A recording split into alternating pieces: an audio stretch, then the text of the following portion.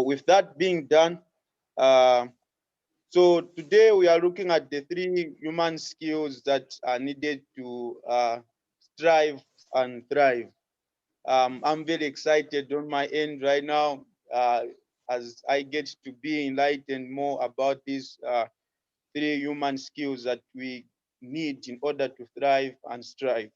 So Mr. Gilbert Mwale is the CEO and founder of Imisika.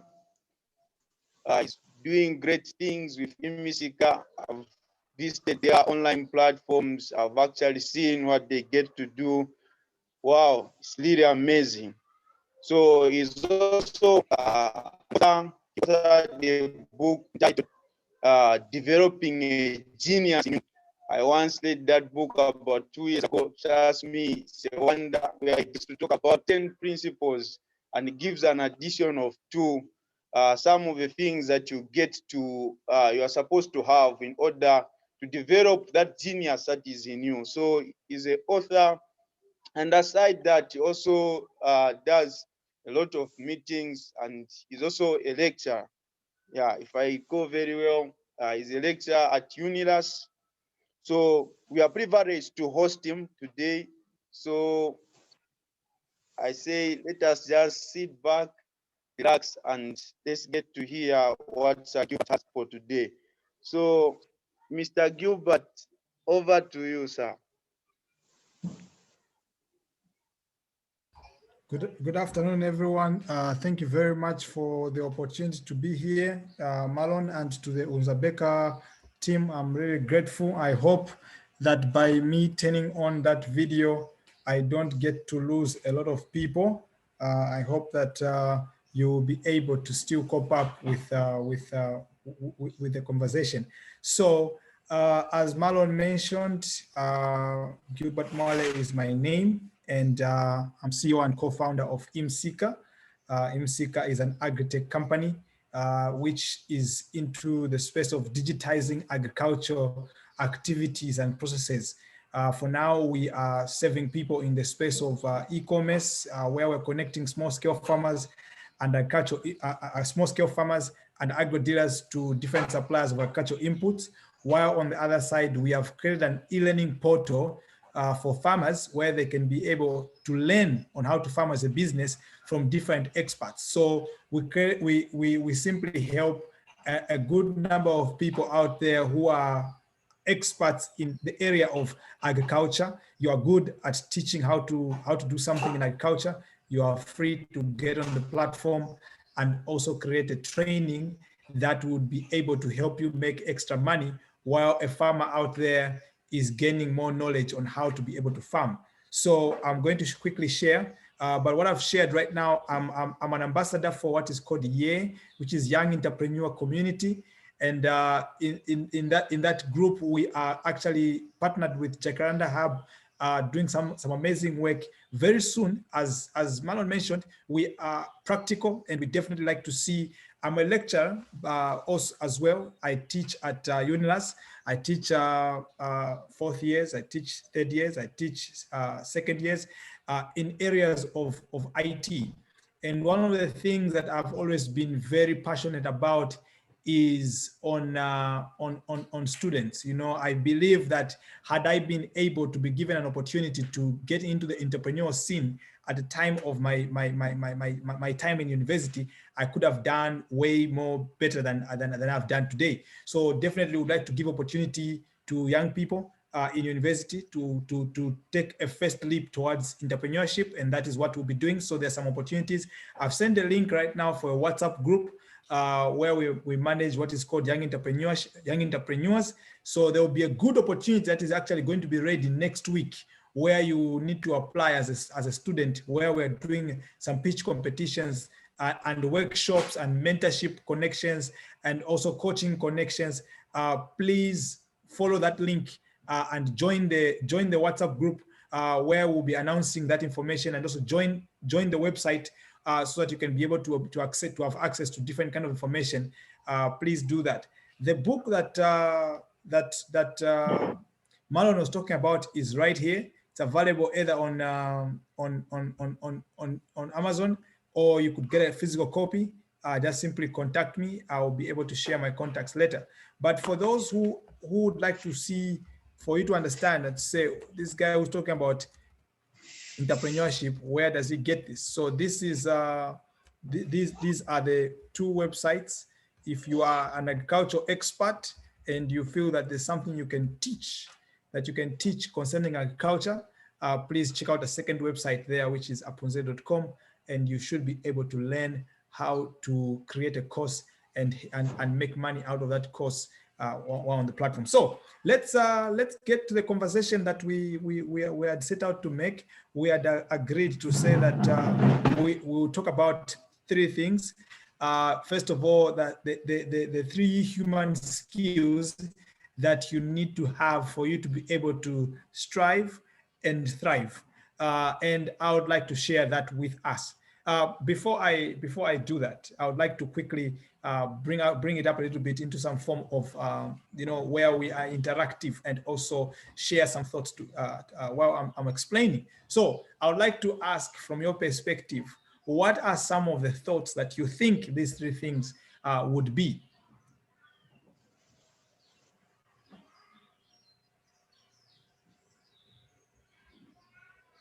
So there's a question I've posed. What are your thoughts concerning what these three things would be?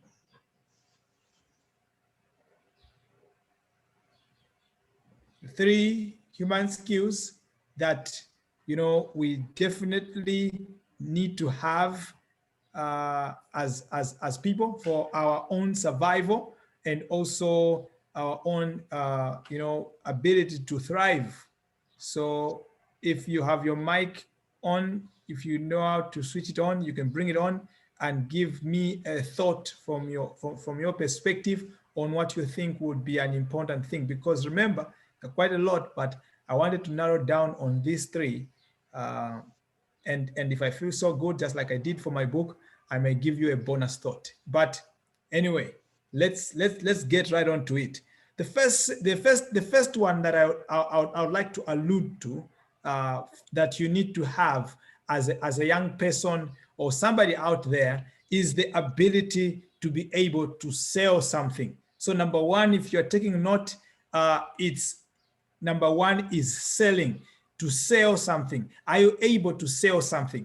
Now, when you check out on Google or in a dictionary, what exactly is selling? Being a salesperson, what does that mean?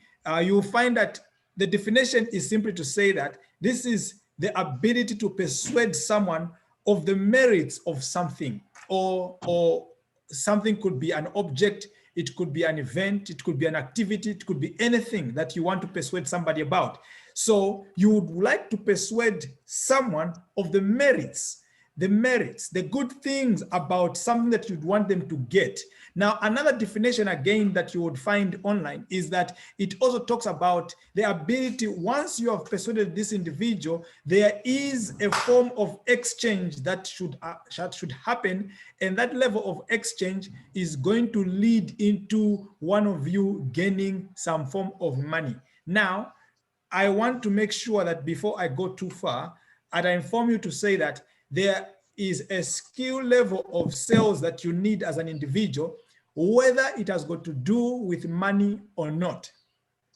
So you must understand that you need to be able to sell whether it is relating to money or not. You must grow that skill. You must grow that ability within you. Now, I'm going to give quite quickly, because I do not have a lot of time here, but I'm going to give quite quickly some of the few things that you need to do to make sure that you inculcate that ability of selling within you. How do you improve the chances? How do you improve the probability of you being able to sell something, or sell an idea, or sell the merits, the benefits of a particular activity to somebody else? Number one is look the part. That is the first thing. Look the part. What does that mean? It simply is bring out a point to say that when you are going to meet somebody who you are trying to sell something to, or you are going to be talking to someone who you would like them to be convinced of something that you want them to get from you, or something you want to get from them, you may have to look the part that would be right for that person to consider listening to you in that regard. So sell. Can you sell is the question. Can you sell something? Now, you know, this is against the culture of so many Zambians to a certain extent. I grew up myself in a home whereby you are not allowed to sell anything. You know, I know some of us in here were sent, were given sweets in a little plastic bag to go with to school. You are given scones or chitumbuas to go and sell in school. If you had such kind of a background, I commend you. I commend you. And I say that you need to continue inculcating that attribute inside you. And probably if you are like me, that was never given that opportunity to go and sell anything out there, I encourage you to begin to take it up as your own personal responsibility. Because one thing you must understand is that when you grow up, when you were young, you were under the jurisdiction of parents and all those things. And therefore, when something does not go right, you can blame them. But at this day and age, at this level where you are, you cannot blame anybody for your mischiefs. Therefore, everything that you are going to go through going forward is your personal responsibility. And being your responsibility, I want to inform you that whether you are an introvert or an extrovert or whatever vet that it is, you need to be able to sell anything that you have, the merits of whatever it is that you have. Now, you may need to sell ideas, you may need to sell objects, you may need to sell products, you may need to sell information, you may need to sell anything. But one of the most powerful one is the ability to sell ideas. Because if you're going to have a team, if you're going to start a business, you're going to have to sell your idea. That has got no money at some point, but you need to see people follow you and actually be able to join you and do that business together with you. So how do people follow you in that manner? You see, today, for you to be a president, for you to be an MP, for you to be anything out there, you may have had to sell an idea. You sold an ideology. You sold a perspective. You sold a thought line. That is what you did. You sold hope to other people. It is not about the thing that you give them. That is something that follows after your idea has been bought by a majority. Now, that's the first thing. How do you get people to buy from you? First thing, look the part. Number one. Then the second thing is know your product. The question then is that if you would like somebody else to agree with you and follow you over what you want them to, what you want to influence them about, you may have to know what you are selling even better. Understand what is its functionality. Understand what benefits exist. And then this brings me to a point where you also need to understand the other person on the other side. The person that you are selling to, what is it that they need from you?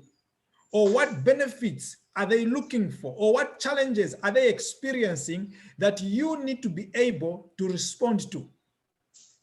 Once you put those two things together, what you are good at, the attributes about you that are amazing, or about your product that are amazing, in connection to what the understanding you have of the recipient that you're trying to sell to,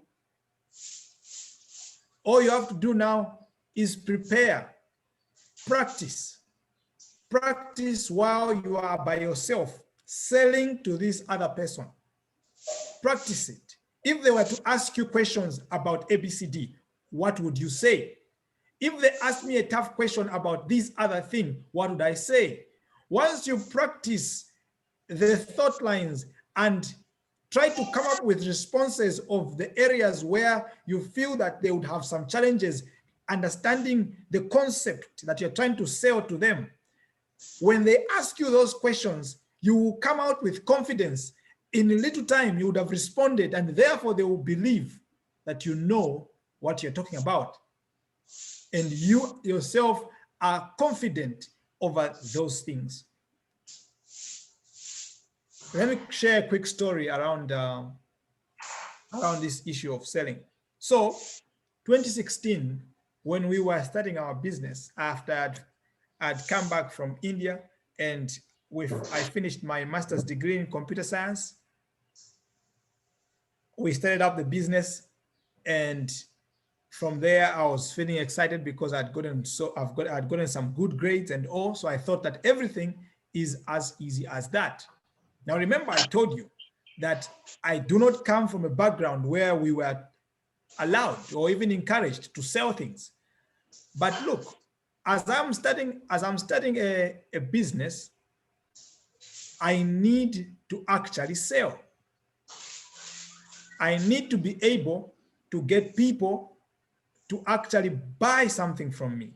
So what we did, me and a colleague of mine, one of the first early members of the team, is that we simply put on amazing suits, because I come from a background of preaching, being a pastor.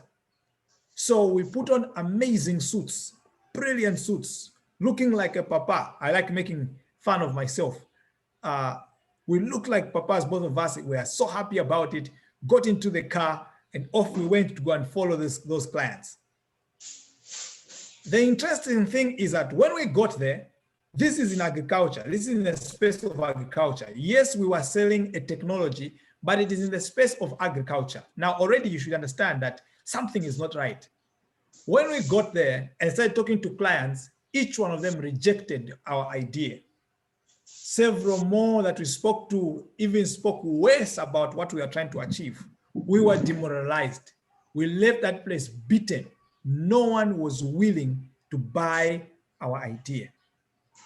When we did a self-introspection to look and understand what was one of the biggest problems that we actually had, because when we went back after some few months, we did get a lot of those clients, and they are there until today.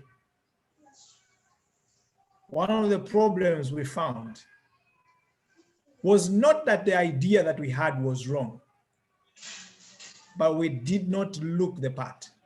We did not speak with confidence. We were dressed like people who are going to go and preach somewhere on a pulpit, so smart that we forgot that the space we were going to is for farmers. They have a certain dress code. They have a certain way that they do things. So the clientele that we were finding on the ground knew from the beginning that based on how these people are looking, chances are high they do not know what they are talking about. And we may simply commit ourselves and they would not be able to deliver. Even though that was not the case, but because of our outlook, because of the fact that we do not know in depth our product, and we do not know, and the way we are dressed also means that we do not know the other side of the people. It clearly showed that we were not ready for our sales conversation. So I want to end that first point by saying that it's very important that you grow and understand how to sell product, services, and ideas, because every day of your life, you do get to spend time selling something. I'll give you another last example around selling. I want you to understand that when you are proposing a lady, when you are proposing a woman to get into a relationship with them, when you are proposing a lady who has been in a relationship with you to marry you, I'm personally married to a beautiful young lady, and for her to accept me, for her to marry me, I had to present what is called a manifesto. And a manifesto is simply, what do I think I am willing to do with her going forward, based on what I have been today and what I am showing to become in the future. This person looks at that and says, I am interested to go with you or I am not. So there are things that I literally never even had. But because I presented that and she could see to say, I have seen a track record of some light around this issue, there could be a possibility that we would be able to get where we said we would get to if we work together. It's a sales conversation. You are selling an idea. You are selling an ideology. You are selling a perspective. You get to do a lot of that in your workplace. And there are people who are frustrated because they say that nothing they say to their bosses is ever accepted. Nothing they say to their friends is ever accepted. Maybe you need to watch your selling skills. For you to be able to influence others, you must have the ability to sell ideas. In an interview, when you go to get a job, when you want to get a job, you are selling your skills. Do you understand? Do you understand exactly what the company is doing? Do you understand them? Do you understand the product? At that point, who is the product? Yourself are the product. What are your strengths? What hobbies do you have? What do you tie your uniqueness, the unique good part of you towards what the organization is looking for as they try to fill up that position? That's what it means to be a salesperson. And that is why one of the jobs that I have always desired to have and stay in is a salesman. If you get an opportunity to sell anything that someone would ever allow you, go out there and go and do that job. You would get yourself a skill that you will forever use in your whole entire life. I'll give you a last perspective of being able to sell as a preacher of the word of God, to be specific, the gospel of the Lord Jesus Christ. I also am a salesman for the word of God. I get to present to you what I believe in and how true it is, and you need to get it in exchange of what you believe.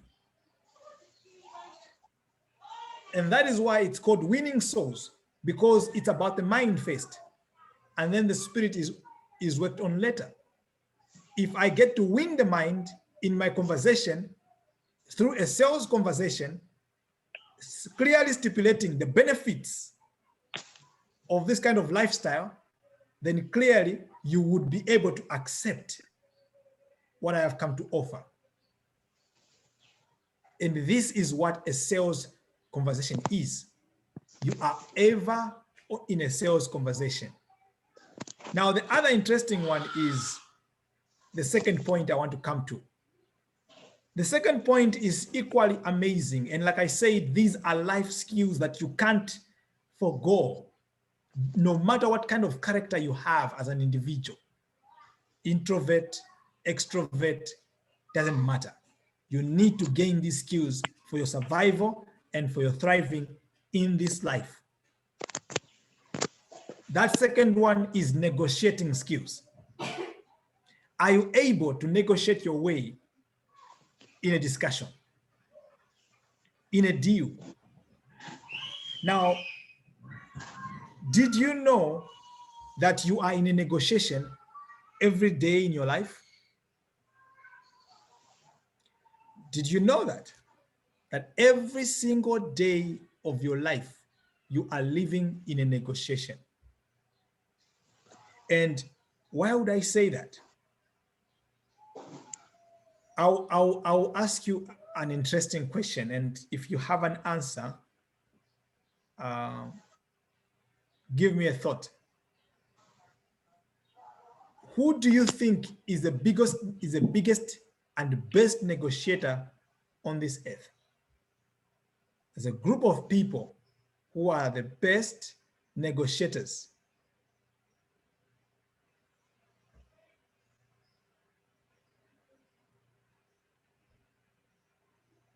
Could I have some thoughts out there.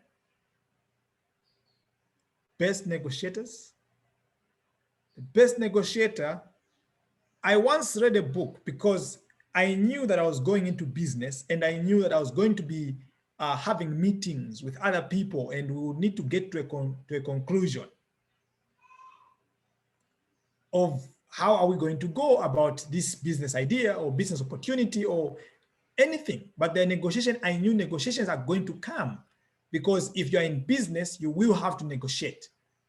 And whether you're in business or not, you will still need to negotiate. Sad to say. So I read about 3 books around this area of negotiation. And here's the interesting thing that I got. The next thing I realized was babies, little babies that can't talk are the best negotiators ever in the whole entire world. You wonder with me to say, what do you mean, my friend? What do you mean babies? Well, what's a negotiation all about? A negotiation is like this. It is made up of at least two parties. It could be more, but at least.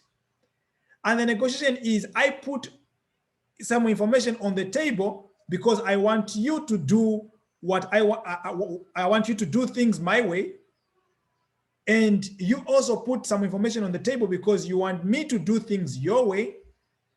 And because we both realize that we can't do things each other's way, so we have to negotiate terms on how we are mutually going to do things both our way so that both of us can win.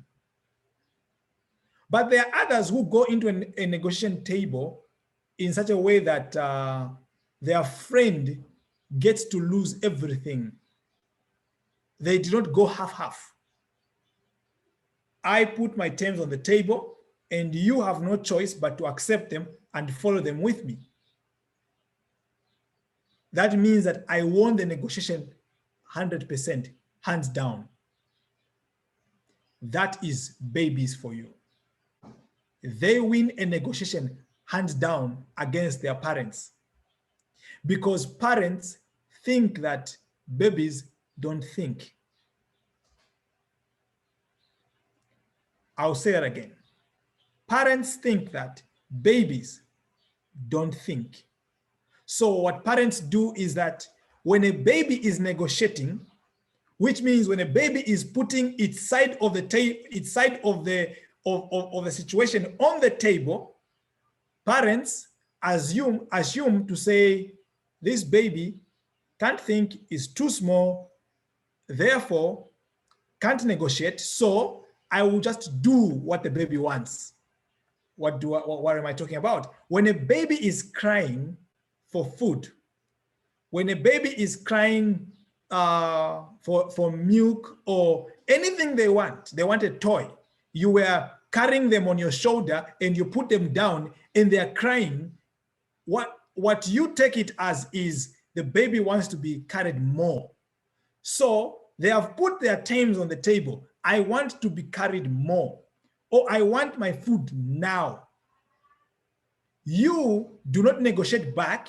What you do is you simply carry the baby because you are irritated of their crying and put them on your shoulder. And they keep quiet. They have won the negotiation. I am not saying, please don't misunderstand me. I'm not saying that don't carry the baby when they're crying. I'm not saying that don't feed them when they're hungry. But what I'm saying is they are the best negotiators because they get to put their side of the table and nobody ever puts their side as well. Take a look at kids when they are going with you to the shop and they want sweets on that are there. Suddenly the child starts crying from the blues. That's a negotiation you are in right there. You don't realize it, but you have entered a negotiation table. And the worst ever kind of negotiation is where you enter a negotiation table and you don't realize it because ultimately you have already lost when the negotiation just started because you are not going to present your side of the table. And those smart parents, when their child begins to cry while he's looking at sweets and he's crying for those sweets, and they don't have money for that, they quickly also shift their table and say, hey, listen to me. If you do this again, what I'll do is that next time I will not be able to carry you with me because you are causing problems for me.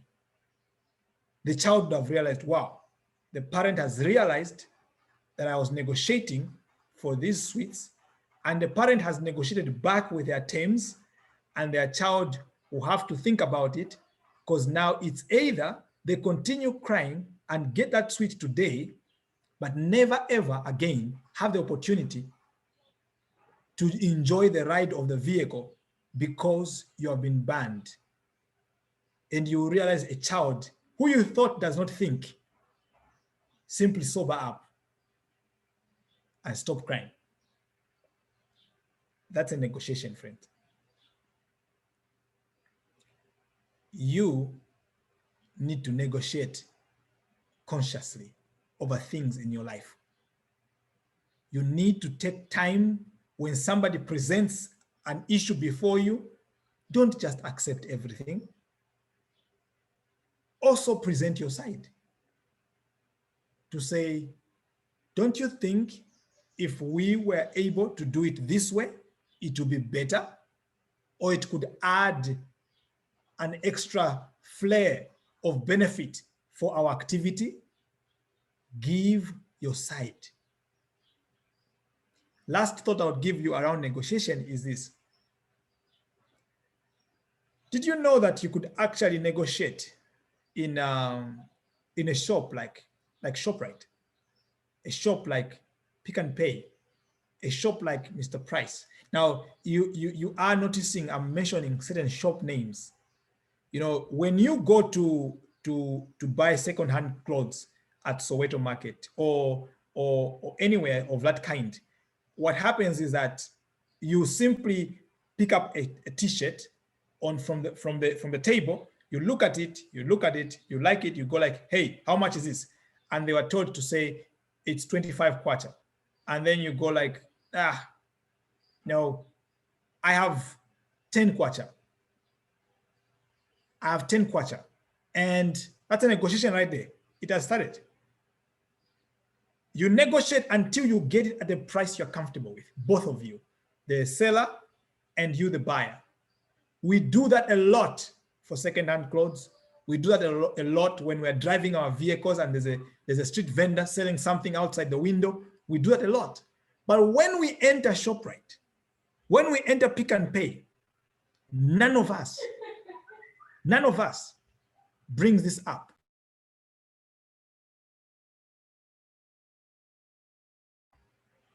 None of us brings this into picture. None of us goes inside there and requests for a negotiation. Why do you has anyone of you ever been told, have you seen anywhere in ShopRite where it says no negotiation? Have you ever seen anywhere where it says no discounts? You will not find these signs anywhere.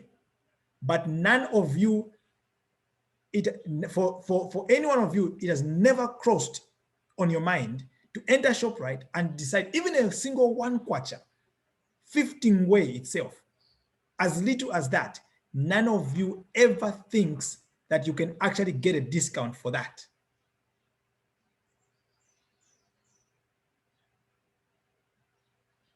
Where did you get that idea? Where did you get that thinking line that you are not allowed to negotiate in ShopRite? Let me tell you, a system was created to force you not to think of anything in relation to negotiations when you enter a shop like ShopRite. They created a system that talks to you by itself upon entry, and you will not question it. What's that system? They, first of all, put certain kind of prices that are what are called odd even prices. They are showing, say, for example, 8 kwacha 0.9, 15 way, 8 kwacha 0.9 way. Already you are feeling like it's already discounted because of the 0.9, number one. Number two is that they stack the prices on the shelf so that when you have questions of pricing, you find them on the shelf. You don't go and have a conversation with a cashier. Are you seeing something interesting there? No conversations with a cashier. And that is why if you ever called a smart musician who wants to make money out of his music career, when you try to call them, you will not find their number. You will find the number of the manager, because the manager it's easier for him to actually tell you the actual price than the musician himself. The musician may not know their value, but the manager does. So the manager will tell you, we charge 50,000 kwacha for a show per night. A musician won't tell you that because he just wants to make quick money.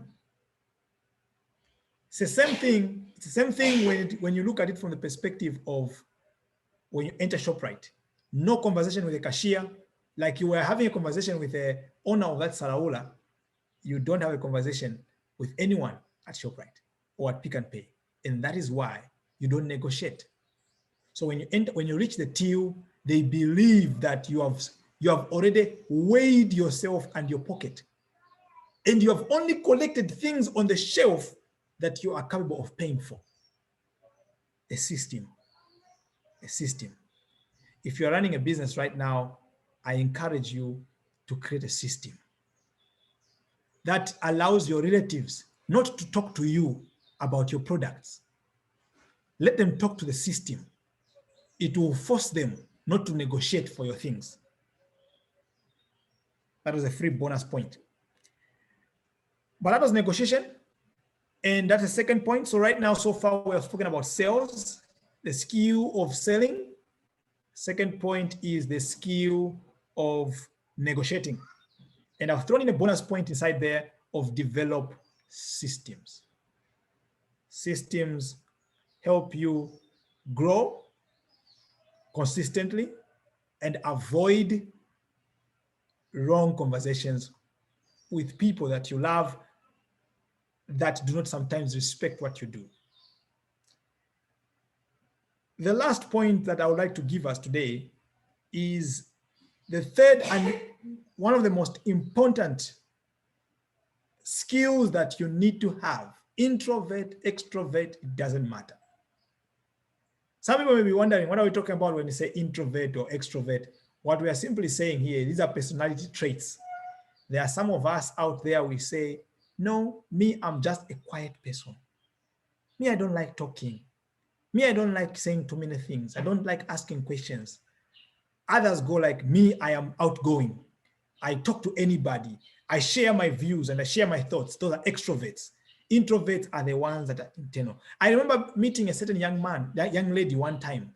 I found her standing outside a group. You see, I used to be part of a particular youth group. And in that youth group at church, I was very vibrant and active and supportive and sharing a lot of things. So one time, every time church ends, we would actually invite a lot of young people to attend the afternoon meeting for the youth group so that, we could share thoughts with these young people.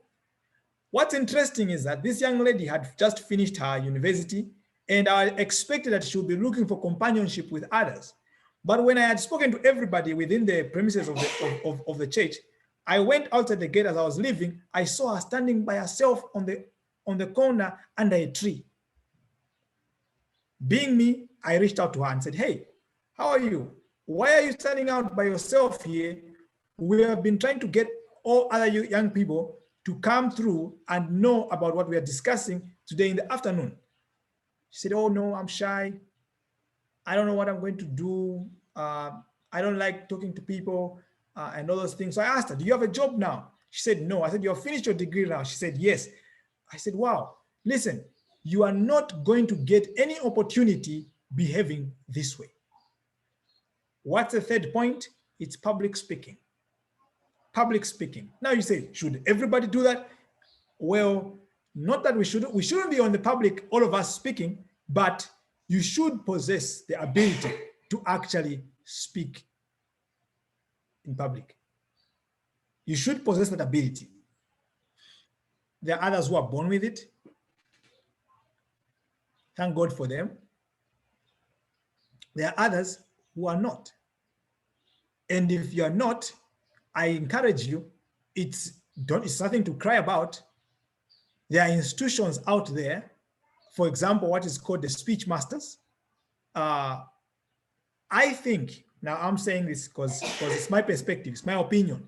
I think that by God's grace, I was born with the ability to speak to others. Like, it's not something I have to work hard over, but there is just talking anyhow, and there is talking with structure, talking with order, talking with conciseness, talking with authority, knowing what to say and where. That I had to be taught. So as much as I love talking, I had to learn how to structure my conversations with other people. So I encourage you right now to say, if you are interested in growing this part of your life, look out for a community of people called speech masters. You can check them up on Facebook, on Google, search them up. I'm sure you should be able to find them. They meet in several locations. Please try to be part of it, speech masters, and learn. Now, here's interesting information about public speaking. There's an American company that ran a survey, and this is what I found out about public speaking, that when they asked a question to more than 1,000 people to say, what's your greatest fear in life? Now, if I asked you that question, what's your greatest fear? What's your greatest fear? I would expect that somebody would say, I'm afraid of dying. I'm afraid of failing my exams. I'm afraid of losing my bursary. Those are my expectations. I'm afraid of losing this, losing that, things like that, that are permanent. Like when you lose it, you can literally see. But here is a funny news. The number one answer from the people on the question of what's your number one fear in life was speaking in public. You will be saying, wow, how can you be afraid of such a thing? Well, there are people who are afraid of such a thing. And there are so many of us, if we're asked here, that is why when I ask a question, very few of you would want to answer it. Already you know that when you start speaking, everybody's listening to you. It's a public. Many people are scared. That is why you see in class when the lecturer says, who has an answer for this question? Who has a question? Some people have too many questions in their hearts, but they can't speak them out. Why? They are afraid to speak in public.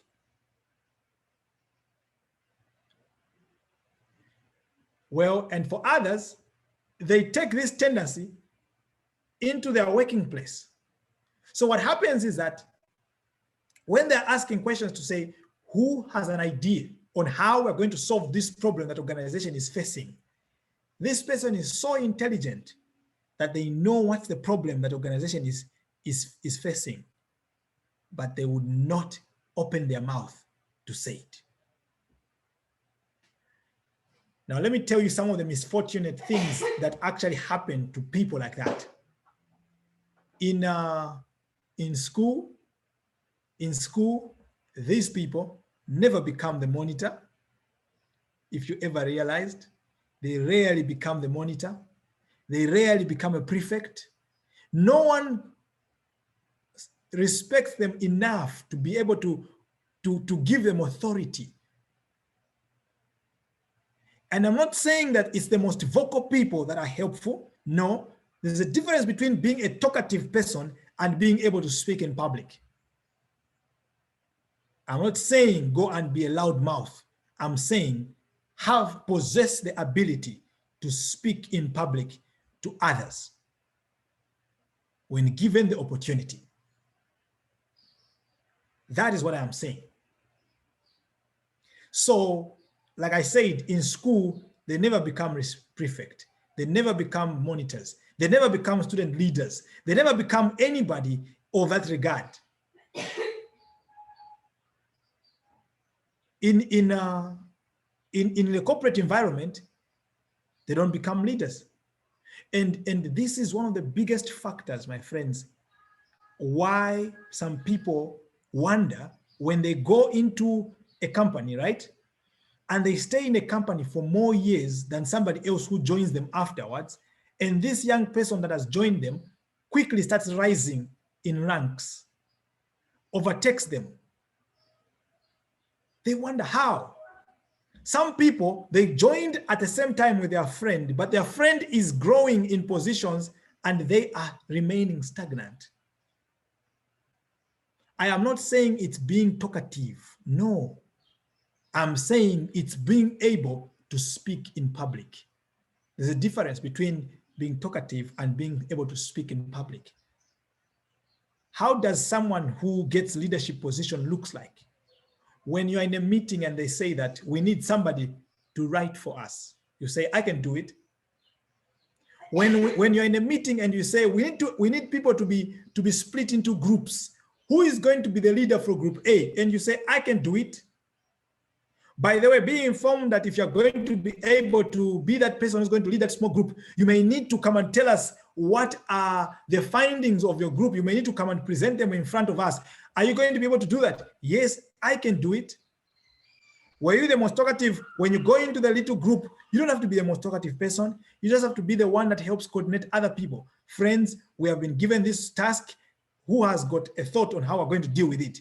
And the people who are sharper than you are going to share their thoughts and you're going to put them together. The other more intelligent person is going to share the thoughts. You're going to write them together. The moment you put everything together, you write it down in order. When it's time to present it, you go in front and you present it. And everybody else looks and says, wow, she coordinated everybody else, or he coordinated everybody else. And therefore, whenever they are going to be looking for people who they are going to give positions of leadership, they are going to follow those who not only have the skill or the knowledge of a particular job, but are also able to lead others. And that is where one of the things under leadership is you should be able to speak in public. And that is what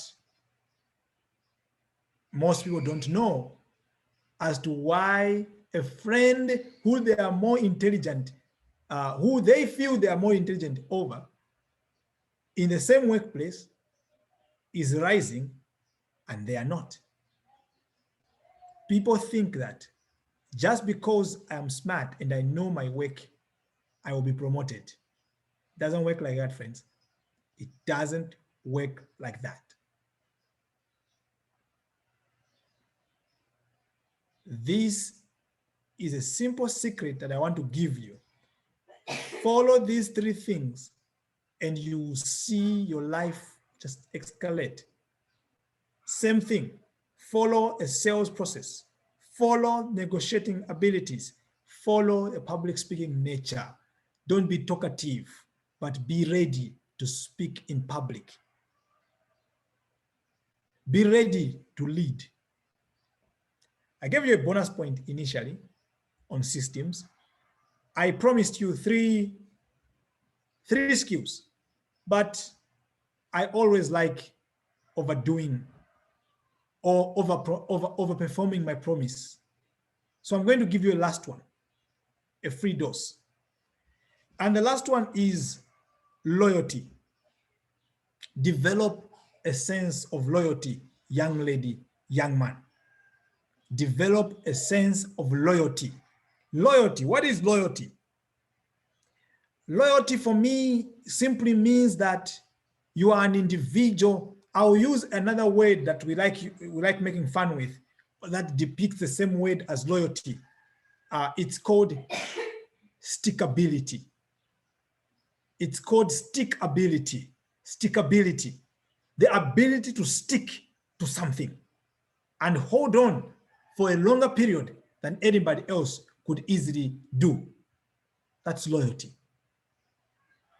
You are saving right now. For those of you who are saving under Uzabeka, things go wrong and you want to go quickly and start making noise about it and just insult everybody and leave the whole entire program and just leave it off to other people. You give up so easily over things. Don't do that. Don't be that kind of person. Stickability, loyalty.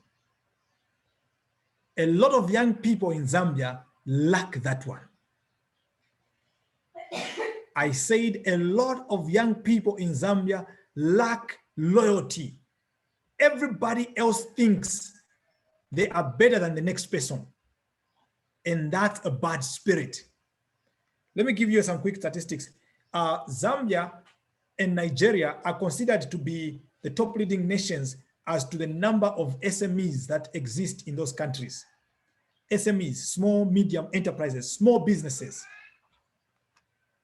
Do you know why a country like Zambia can be ranked?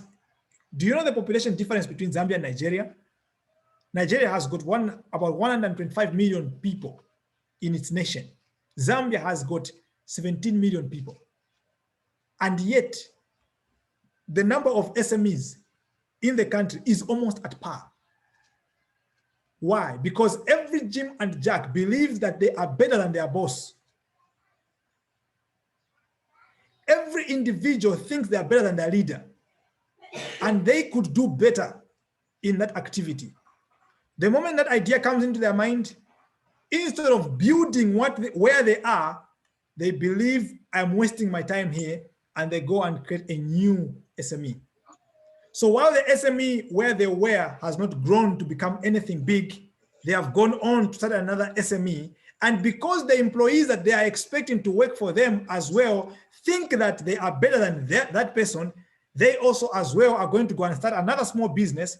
And therefore, we endlessly keep on having small businesses being created in Zambia that are not growing and becoming anything.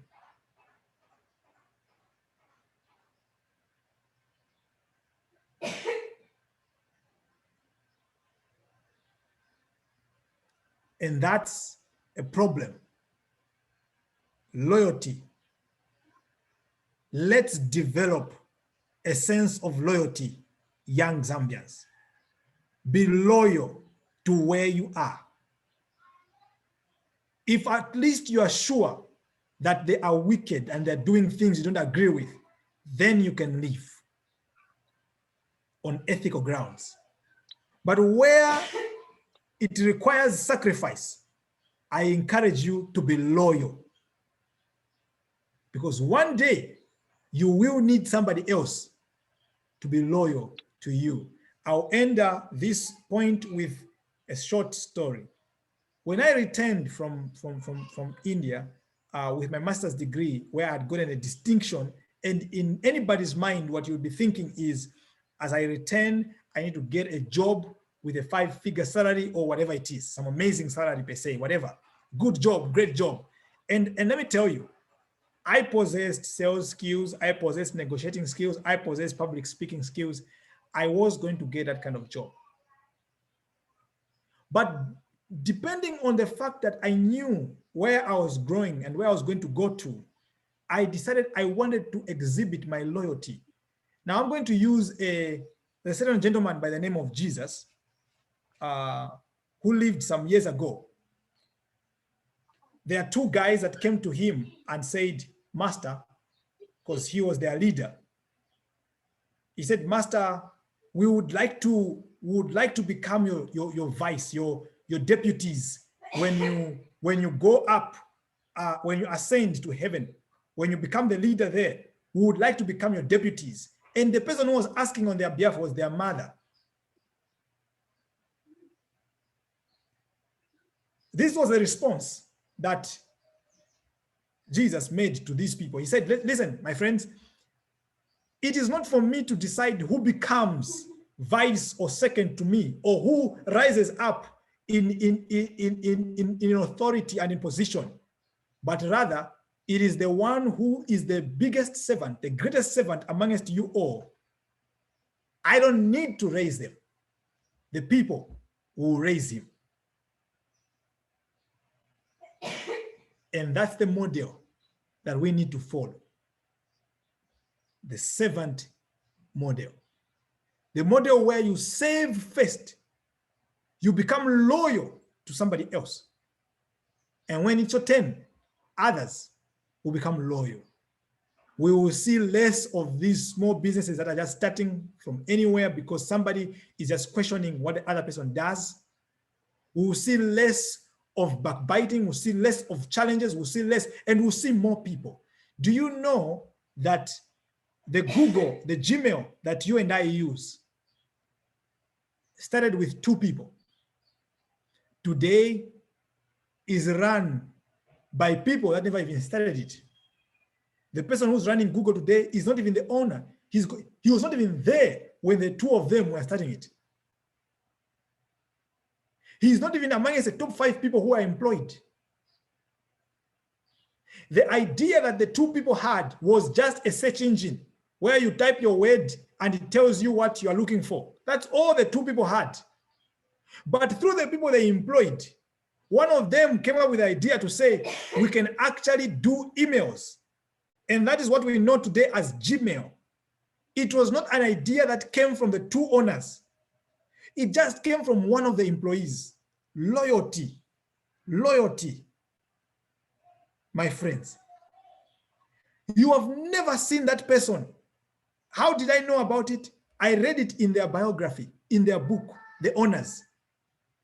But you and I don't even know, we don't even have an idea who that man is who made Gmail inside of Google.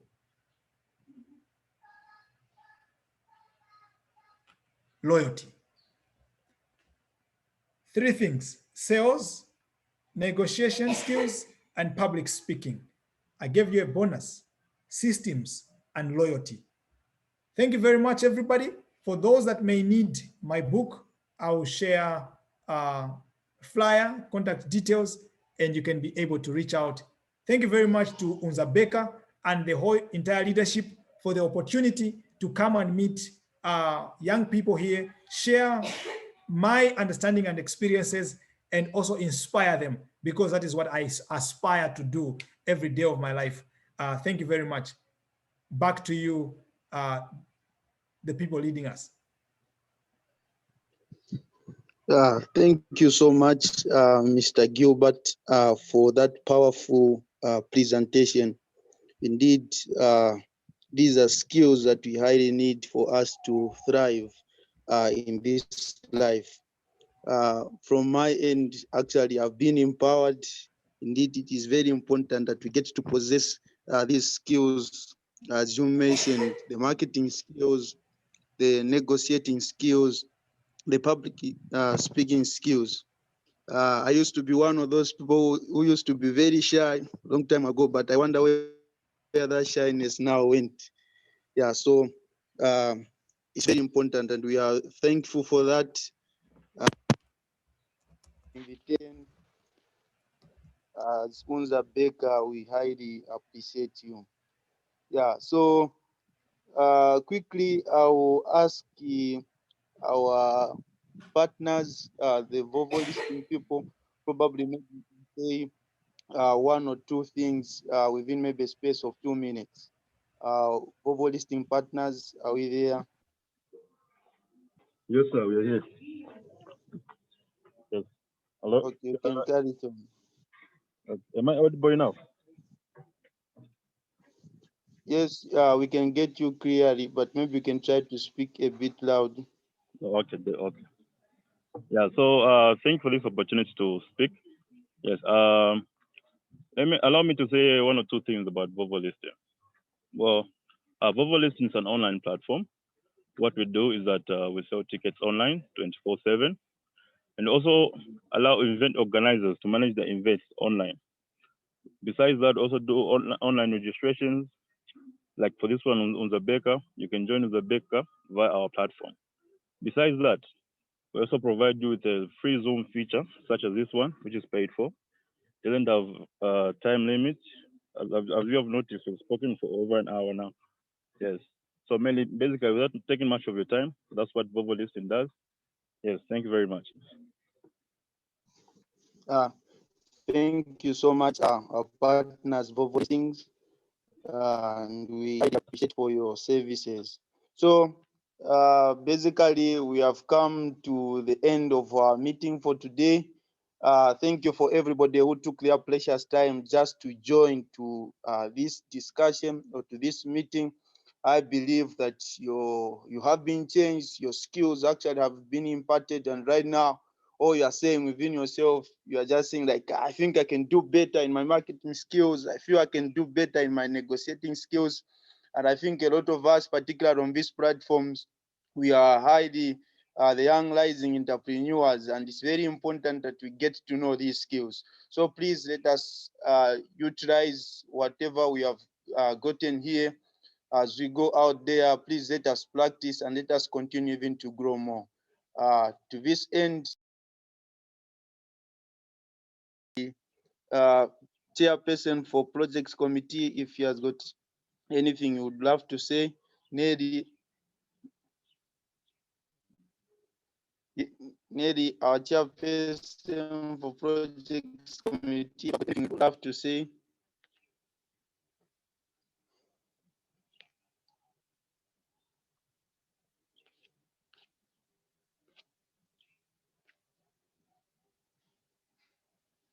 Okay, it seems he's quiet.